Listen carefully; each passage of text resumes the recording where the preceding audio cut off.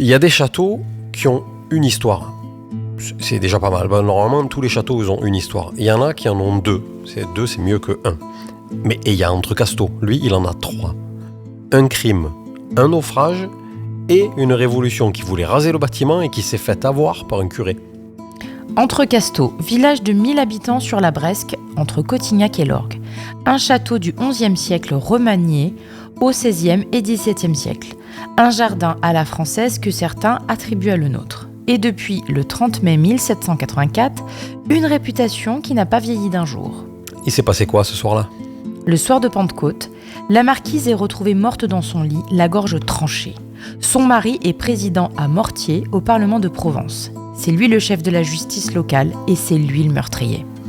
Attention, juste une précision avant que tout le monde saute sur sa chaise. La marquise, ce soir-là, elle n'est pas retrouvée morte dans le château, mais on va y revenir. Bienvenue dans les légendes du Var. Ce soir, on fait dans le roman noir avec du XVIIIe siècle, de la soie, du poison et un rasoir. Partie 1. Le château avant le sang, Sévigné, le nôtre et un gendre ruiné. La forteresse existe depuis 1089, tenue par la famille des Castellanes. Les Castellanes, comme les Blacas, vous commencez à les connaître.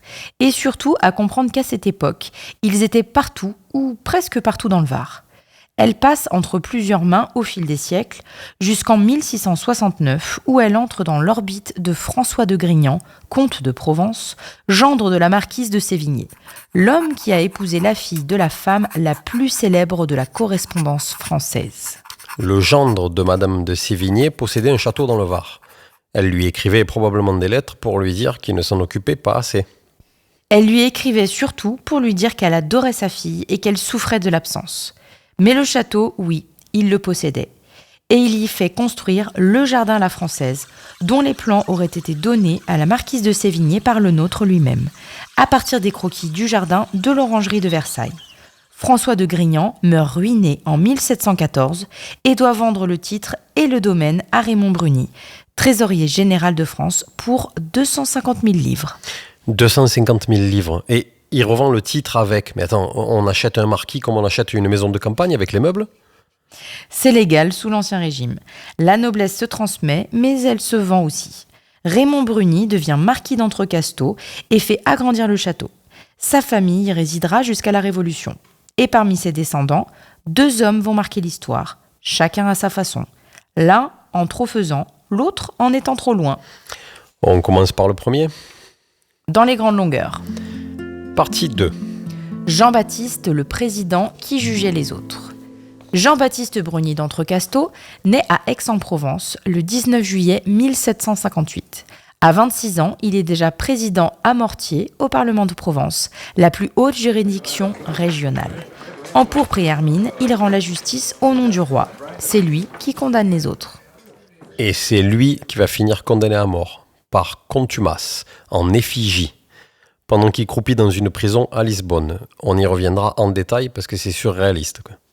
Il épouse Angélique de Castellane, héritière d'une vieille famille nobiliaire provençale, cousine de Mirabeau. Les chroniques de l'époque ne sont pas tendres avec elle, laide, peu avenante. Les chroniques de l'époque ne sont jamais tendres avec les victimes. Les premières années semblent correctes, puis quelque chose se grippe.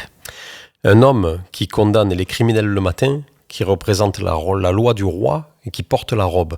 Et en parallèle, il prépare méthodiquement le meurtre de sa femme. Il y a un mot pour ce genre de personnage, c'est un lâche. C'est même un enculé. Madame de Saint-Simon, voisine de l'hôtel particulier du couple, sur le cours d'Aix. Belle, intelligente, ambitieuse. Elle a compris très vite que Jean-Baptiste est malléable malgré son rang. Elle le conquiert. Et dès lors, le marquis n'a plus qu'une idée. Ce qui rend l'affaire particulièrement sordide, c'est que c'est pas un crime de passion. Parce qu'un crime de passion, au moins, tu vois, il y a de l'émotion dedans. Bon, à la fin, c'est la même, mais lui, non, c'est une entreprise planifiée, ratée, recommencée, pendant plus d'1 an. Partie 3. Les 3 tentatives, noyau de cerise, poison et mort au rat. Attends, combien de fois il essaye de la tuer ? 3 fois, au moins. La première est documentée par des témoins, sur le cours d'Aix. En se promenant avec sa femme et leur fille, il perd tout contrôle et lui met un coup de poing au visage en public. Un garçon voiturier rapportera dans sa déposition avoir entendu le marquis dire à sa femme « Il faut que je te coupe la gorge ».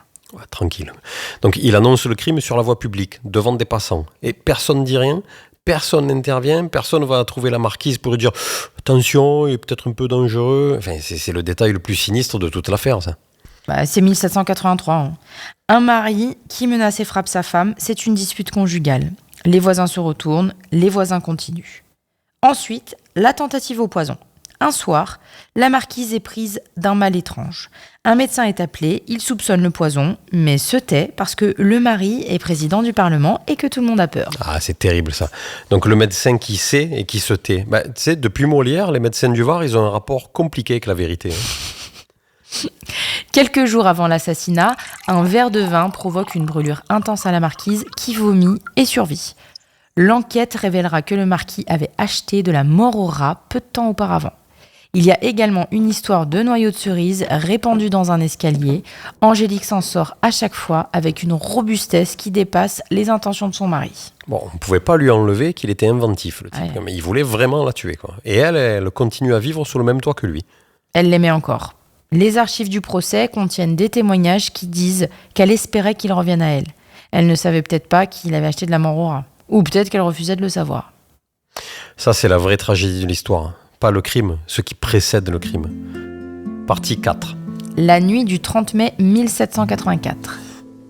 Lundi de Pentecôte, nuit du 30 au 31 mai 1784. L'hôtel particulier du marquis, 10 cours Mirabeau à Aix-en-Provence. La maison est silencieuse. Le personnel dort. La marquise dort. Et lui ? Il entre dans sa chambre. Il prend un rasoir, le sien, celui qui manquera dans son nécessaire de toilette le lendemain matin. Et il égorge sa femme dans son sommeil, à plusieurs reprises. L'autopsie conclura à une main forte, un instrument tranchant, des coups répétés. Et elle n'a pas eu le temps de se défendre. Et le pire, elle attendait un enfant. Les sources l'indiquent. Alors ensuite, il met en scène un vol. Une bourse vide laissée bien en vue, un secrétaire fracturé. L'intention est de faire croire à un rôdeur. Il est vraiment lâche en plus. Hein. Mais la cassette contenant les... Lâche est con, parce que la cassette contenant les bijoux et les objets de valeur, elle est intacte.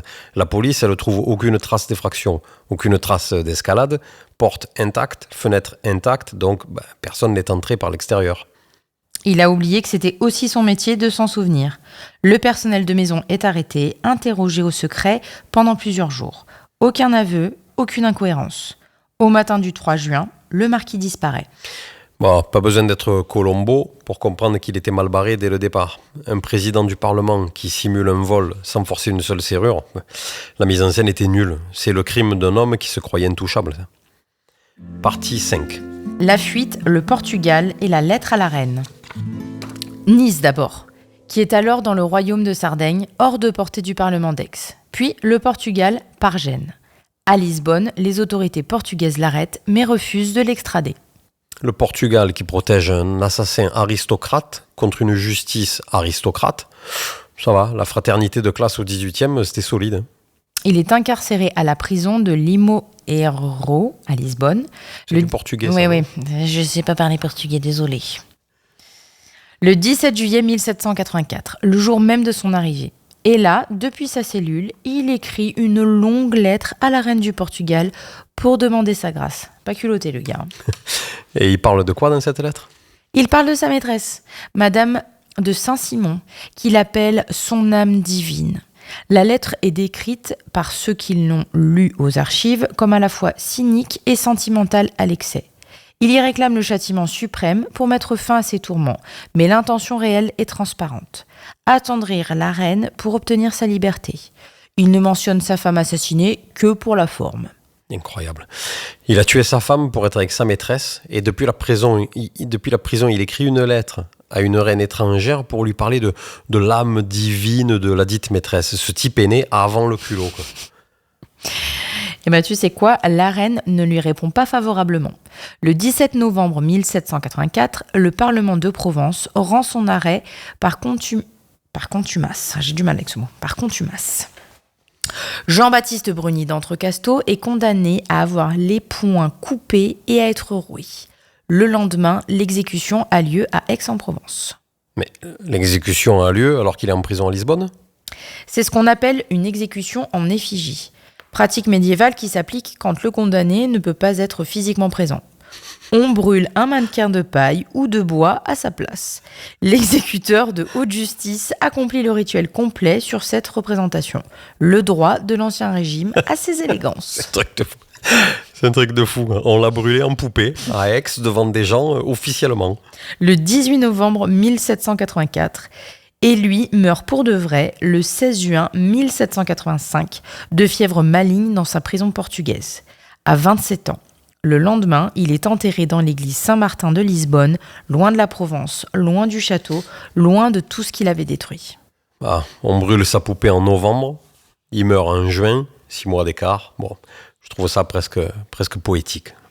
Ouais, bah pas moi, il aurait mérité de crever tout de suite. Partie 6. Le château pendant ce temps, l'amiral et le Pacifique. Son frère Antoine est officier de marine. C'est l'amiral Antoine Bruni d'Entrecasteaux, né en 1737 au château. Il demande sa retraite à la Révolution pour s'occuper du domaine et de ses 2 nièces, les 2 filles du meurtrier. Puis il reprend du service. Il fait quoi dans la marine, ce frère? Louis XVI, en 1791, lui confie la mission la plus incertaine de son règne, retrouver la Pérouse. Ah, la Pérouse. L'explorateur qui disparaît dans le Pacifique en 1788, dont on ne retrouvera les épaves qu'en 1827. Envoyer quelqu'un chercher un homme qui a disparu depuis 3 ans dans l'océan le plus grand du monde, c'est soit de l'espoir, soit de l'acharnement, et probablement un peu des deux. Antoine de Bruni d'Entrecasteaux part en 1791 avec 2 frégates. Il explore la côte australienne, décrit la Grande Barrière de Corail, découvre en juillet 1792 des récifs et des îles qui portent aujourd'hui son nom. Le canal d'Entrecasteaux entre la Tasmanie et l'île Bruni, les îles d'Entrecasteaux en Nouvelle-Guinée, la presqu'île d'Entrecasteaux au quai Gerlen. Il ne retrouve pas la Pérouse. Kerguelen. Mais je t'en veux pas parce que je sais pas où c'est non plus. Mais en tout cas, c'est incroyable. Il y a des îles d'Entrecasteaux, c'est fou quoi. Il retrouve pas la Pérouse, hein, mais il laisse son nom sur 3 endroits dans le Pacifique. Pendant que sa famille perd tout en France, pendant que le château devient un bien national, pendant que ses nièces réclament leurs biens sans personne pour les défendre, lui, il nomme des îles à l'autre bout du monde. C'est quelque chose de presque absurde dans ce destin. Ils sont un peu fadas dans la famille surtout, ouais. Il meurt du scorbut dans le Pacifique le 20 juillet 1793, à bord de son propre navire. Bon, c'est pas rigolo, mais c'est le scorbut en fait qui me fait rire parce que moi, depuis que je suis petit, c'est une insulte qu'on avait avec les collègues et tout. Je croyais que c'était un truc qui n'existait pas, tu vois. Mais il y a vraiment des gens qui sont morts du scorbut, moi. Alors, on a d'un côté le frère qui tue sa femme et qui finit brûlé en paille sa poupée. À Aix. De l'autre côté, le frère qui cherche un disparu dans le Pacifique et qui meurt du scorbut. Il en passait quoi, leur père?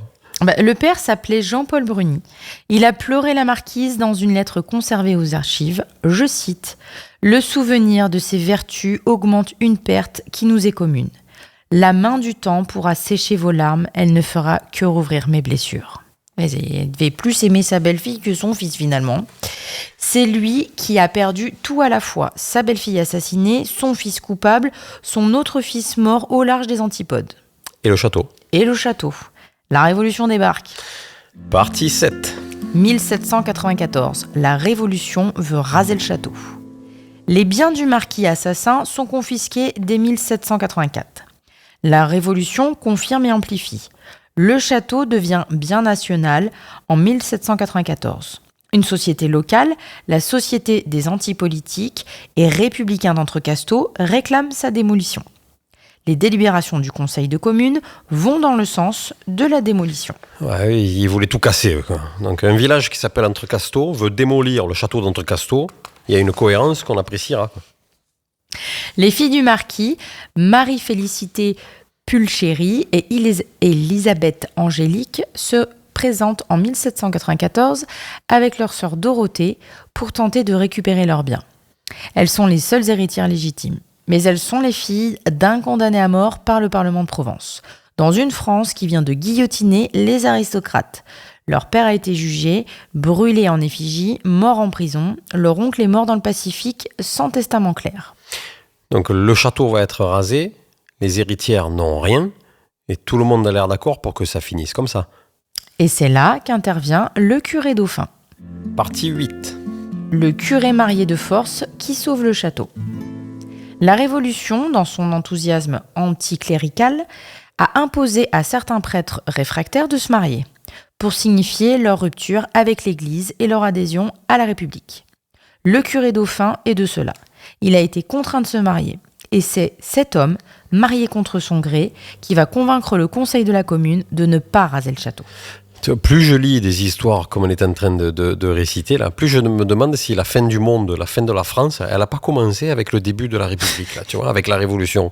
Les mecs, ils ont voulu tout raser, marier les curés de force. Putain, enfin. Donc un curé marié de force par la Révolution sauve le patrimoine aristocratique de la Révolution. Quelque part, c'est un peu une blague que l'histoire s'est faite à elle-même. Les délibérations montrent qu'il a présenté des arguments pratiques, non sentimentaux.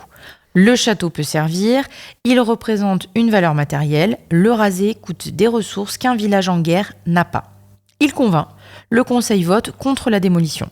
Le 21 prairial en 3 de la République, les héritières soumettent leurs requêtes aux administrateurs du district de Barjol. Et elle le récupère ? Pas immédiatement et pas tout. Le château reste dans un flottement juridique pendant des années. La famille Bruni disparaît peu à peu du tableau. En 1949, le château quitte définitivement la famille d'Entrecasteaux. Il sera à l'abandon plusieurs décennies.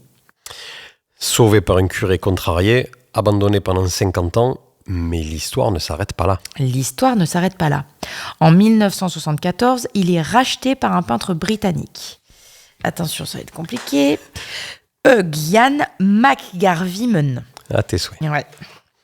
Qui le restaure entièrement et en fait un musée privé. À sa mort, en 1981, son fils reprend puis vend. L'actuel propriétaire, Alain Guéral, le restaure depuis 2000, le meuble d'époque et le fait visiter lui-même. L'homme qui vous guide dans ce château aujourd'hui peut vous montrer les salles où tout s'est joué.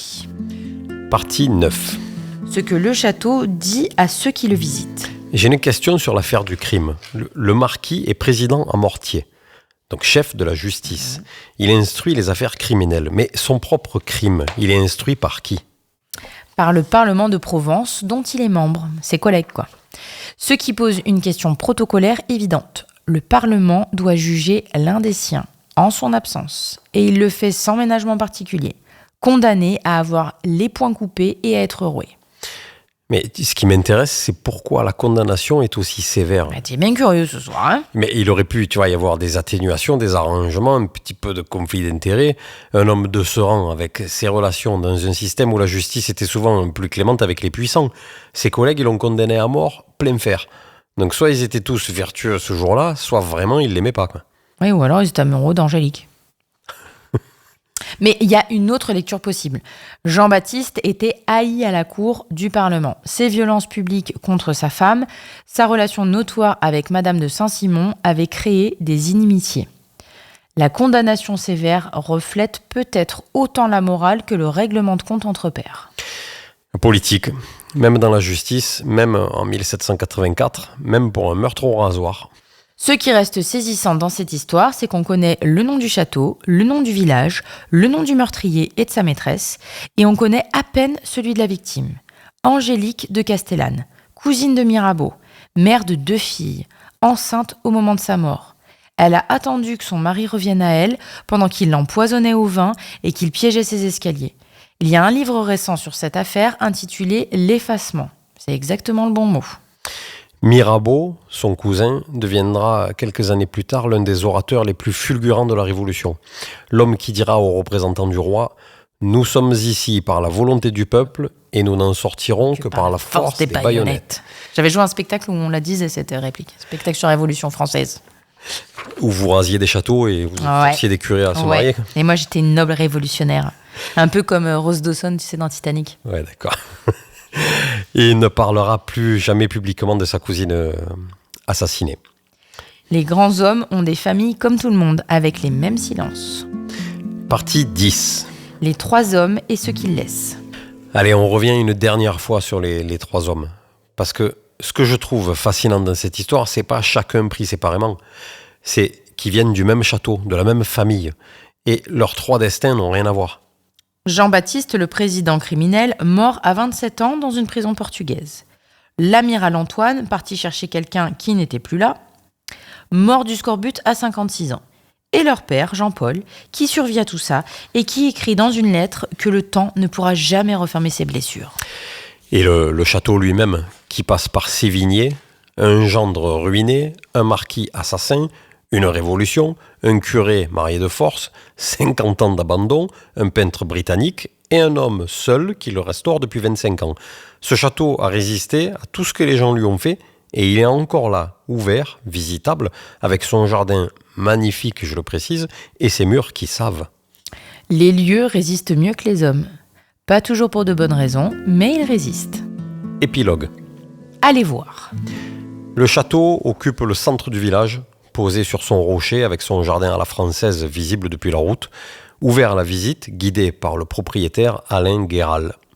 Le jardin appartient à la commune et est accessible librement tous les jours. Il est classé monument historique depuis 1988. On y trouve le labyrinthe de buis, les terrasses sur la rivière, les vestiges de la glacière du XVIIIe. Le plan est attribué à Lenôtre, donné à la marquise de Sévigné pour son gendre. On aime y croire. C'était les légendes du Var. On se retrouve au prochain épisode. Et si vous visitez Entrecasteaux, demandez à avoir le nécessaire de rasoir, par curiosité. Ne faites pas ça.